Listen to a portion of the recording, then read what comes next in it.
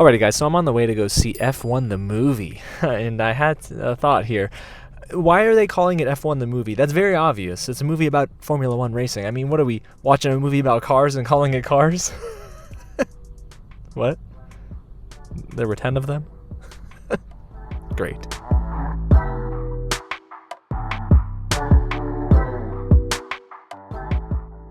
What's going on, you guys? James here with another real review, and today, yes, I'm on the way to go to my local AMC theater in IMAX and see F1 the movie. A huge thank you to Warner Brothers for giving me the chance to watch this early for review. And yeah, I'm not on set yet, but next week, oh boy, are you in store for a sweet reveal. So if you're ready for some new stuff on the channel and more reviews, reactions, and possibly live streams, go ahead and hit the big red button below, subscribe to the channel, tap on that bell, and like this video because we're so close to 30,000 subscribers, and it's all because of your support. So thank you guys, and I thank the Lord for the chance to be able to see another movie early. And this movie in particular is directed by Joseph Kosinski, who directed Top Gun Maverick, a movie I absolutely loved, and everyone is saying brought back cinema. Will this movie bring back F1 fans? I mean, I'm already an F1 fan, look at that. The Red Bull Racing tea is in full effect. Max Verstappen, let's go. Yuki, we love you. Just finish top 10, please. Get some points. But the movie itself is also written by Aaron Kruger. I hope I pronounced that properly and I got that name right. And it stars a star-studded ensemble cast led by Brad Pitt, Damson Idris, Kerry, Condon, and Javier Bardem. Now, the film itself is supposed to be delivering some amazing audio and visuals. It was filmed during the F1 season last year, and I was just in awe of the trailers, so I can't wait to see what the film is like. Now, I am going to sit this one in IMAX, so I'm excited to let you know how it goes. Alrighty, let me put my car in drive. Let's get on over to the theater, and I'll let you know how it is on the other side. Alrighty, you guys, so I just got out of F1 the movie, and boy, I'm glad I brought my earplugs. This film is loud. I mean, I know we saw it in an IMAX theater, but it is a loud movie, so if you don't have earplugs, please bring some because they will help this experience just be more comfortable. But we're going to get into some positives and some negatives because while Joseph Kosinski directed Top Gun Maverick, a film that I felt was a great legacy sequel, this is an original film for him, right? I mean, the idea is not so original. It follows the retired Formula 1 racer Sonny Hayes making his way back into F1 because he's trying to save his buddy Ruben's team.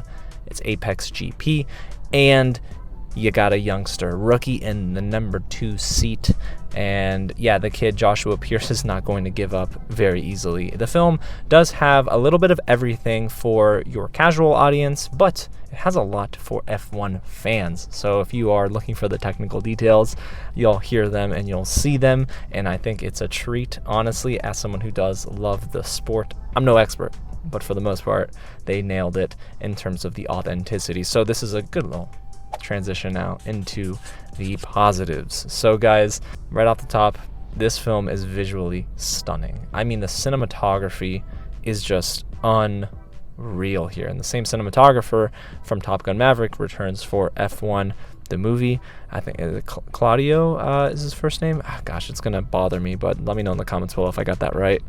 He's a great DP, and what he does here is he helped create this rig, I'm guessing. It sits on the front of the F1 car, and then it does this cool like about face to the driver, and that cool whip shot, it really does help it feel much more immersive in terms of the experience with the in-racing sequences. Because guys, the in-racing sequences really make this film worth it on the biggest screen possible, and that would be IMAX. So what I loved about this movie is that not only did it feel authentic as an F1 fan, the film really immerses you into the driver's seat, thanks in large part to the sound design, the cinematography, and the pulse-pounding score by Hans Zimmer.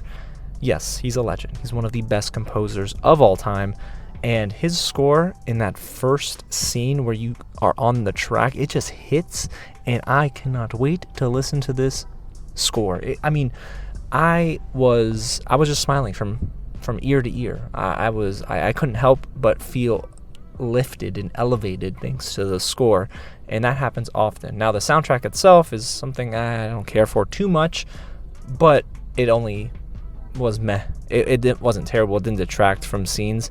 It was fine, but it's Hans Zimmer's score that really helps elevate a lot of these scenes. Now, when it comes to the actual technical behind the scenes, like the editing and post-production, I felt like the editing was really sharp. There were even some really cool transitions, one in particular in the third act, where it's a smooth transition from Joshua Pearce to Brad Pitt, or I'm sorry, Sonny Hayes. So you got Damson in the driver's seat, and then he turns his hand, and then when the hand comes back, it's Brad Pitt in the driver's seat. It's so cool. But there are a lot of little things like that in this movie that, you know, it just really made for a fun summer film. Now, when it comes to the acting, because I know we just mentioned Brad Pitt and Damson Idris, I really feel like nobody gave a bad performance. So it's either solid to great. And I will say the solid performers here are Brad Pitt and Damson Idris. You have Javier Bardem coming in a supporting role, but in my opinion, he's one of the best actors living. So he's got a lot of moments where you see him try to break out the dramatic side. He doesn't necessarily always get there because the script doesn't call for it, but I did like that he was funny. And at times, he really helped bring in the comedic side to the film. So Javier Bardem served that purpose. Brad Pitt is just effortlessly cool. I mean, the guy's in his 60s, right? And he's still performing like this. This is a good fit for him. This is a good role for him. He doesn't have to do anything extravagant, but he does enough. And I think he, in my opinion, sells me on the character of Sonny Hayes. You know, someone from, he used to be at the top of the game, struggling to get his way back in, and he wants to feel like he's flying once again. Now we got to move on to Damson Idris. This is an actor that I have liked since I first saw him, and I wish they actually gave him more to chew on in terms of the script, but what they gave him, I felt like he serviced very well. One thing about Damson Idris is that he's got this responsibility in the film to be this character who is a little in his way. Like, he is actually very egotistical. He's young, but he has a heart. There is this soft side to him. So I kind of wish they explored that a little bit more. And this isn't the negatives yet, but that is a layer that I feel he could undoubtedly carry and, you know, kind of flesh out. And he gets there a little bit. Not too much, but he gets there a little bit. So Damson Idris still, you know, he's got decent range, and I like his performance in this film. The great performer, though, the scene stealer for me, is Kerry Condon. Now, we know she's great in pretty much everything she's in, and she's actually she's funny. Like, she's got good comedic timing as well.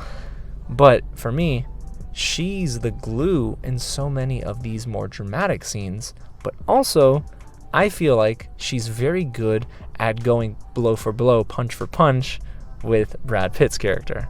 And that's truly a testament to the casting, because Kerry Condon was really a perfect fit for her role. And in a weird way, I wanted to see more of those moments between her and Brad Pitt. A lot of people will probably say they don't like how she's representing female engineers, women in F1. I mean, there is some merit to that, and there's a good argument to be made. However, when you watch the film, you'll see it's not, how do I say it without spoiling? It's not what you think it is. So it is a very good and well-written character for this film. I also thought that a lot of the team principals and engineers in the movie were really funny. The cameos by some of my favorite drivers, like you got Lewis Hamilton, Max Verstappen, Yuki Tsunoda, Carlos Sainz, and Leclerc! You only know that reference if you're an F1 fan. But it was really cool to see all the drivers on the screen. So again, a lot of Easter eggs if you're a fan of F1 in this movie. And then I had to really sit back and judge this on the summer movie barometer. Like, is this going to be a fun summer popcorn movie? And popcorn films sometimes have a bad rep, but this movie is going to keep you engaged.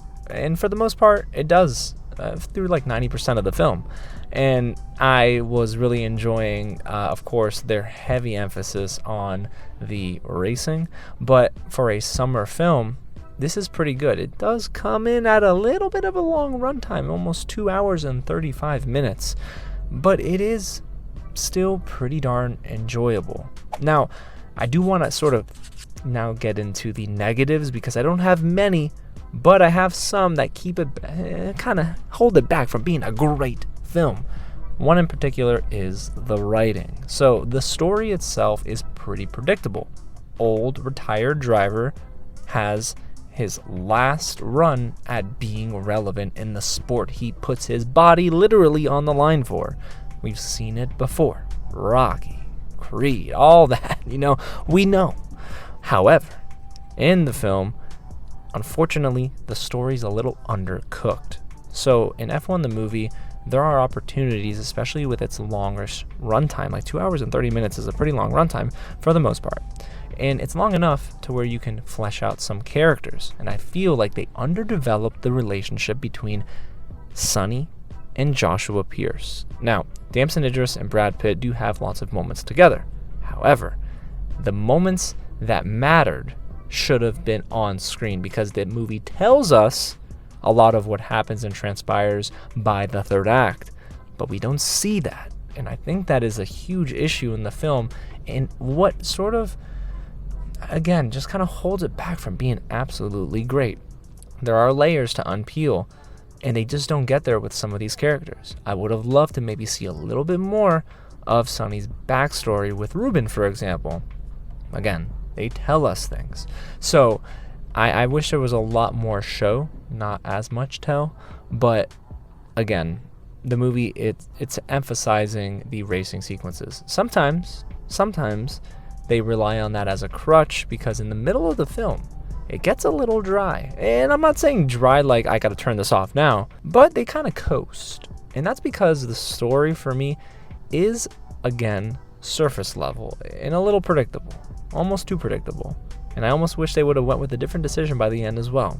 That would have actually made me say, wow, that is not what Hollywood would do. Instead, they went that route. Again, okay, fine, but I wish they would have gotten a little bit more creative with the story and fleshed it out that much more. Another thing is, I don't necessarily think the film needed to be 2.5 hours, because we didn't get a lot of those character development moments. So those are a couple issues that I think we'll hear about. I definitely felt the runtime at one point, and it is a film, again, it doesn't rise to the level of a Top Gun Maverick, but F1 the movie is still pretty darn enjoyable. I will say, the film, for me, as an F1 fan, is technically, this is in my opinion, probably the sharpest and most immersive racing film that I might have ever seen. But as an overall film, it's good. It's just not great. I'm not sitting here telling you if you love it, you're overrating it. No, it's fine. If you love it, you love it. But for me, it doesn't reach that top tier status for 2025, only because it doesn't dive and sink its teeth to a lot of those character moments that we should have gotten that would have made the ending feel like it paid off a bit more. So again, overall, my final thoughts on F1 the movie: it is worth seeing in theaters. It is worth seeing it with a group of friends that maybe love F1 as well, because I think you guys will all enjoy it. The film does feature a great performance by Kerry, Condon, and I think our leads are all very capable in this movie. And to my surprise, I actually forgot it's an Apple original film, but it's being theatrically distributed by Warner Brothers.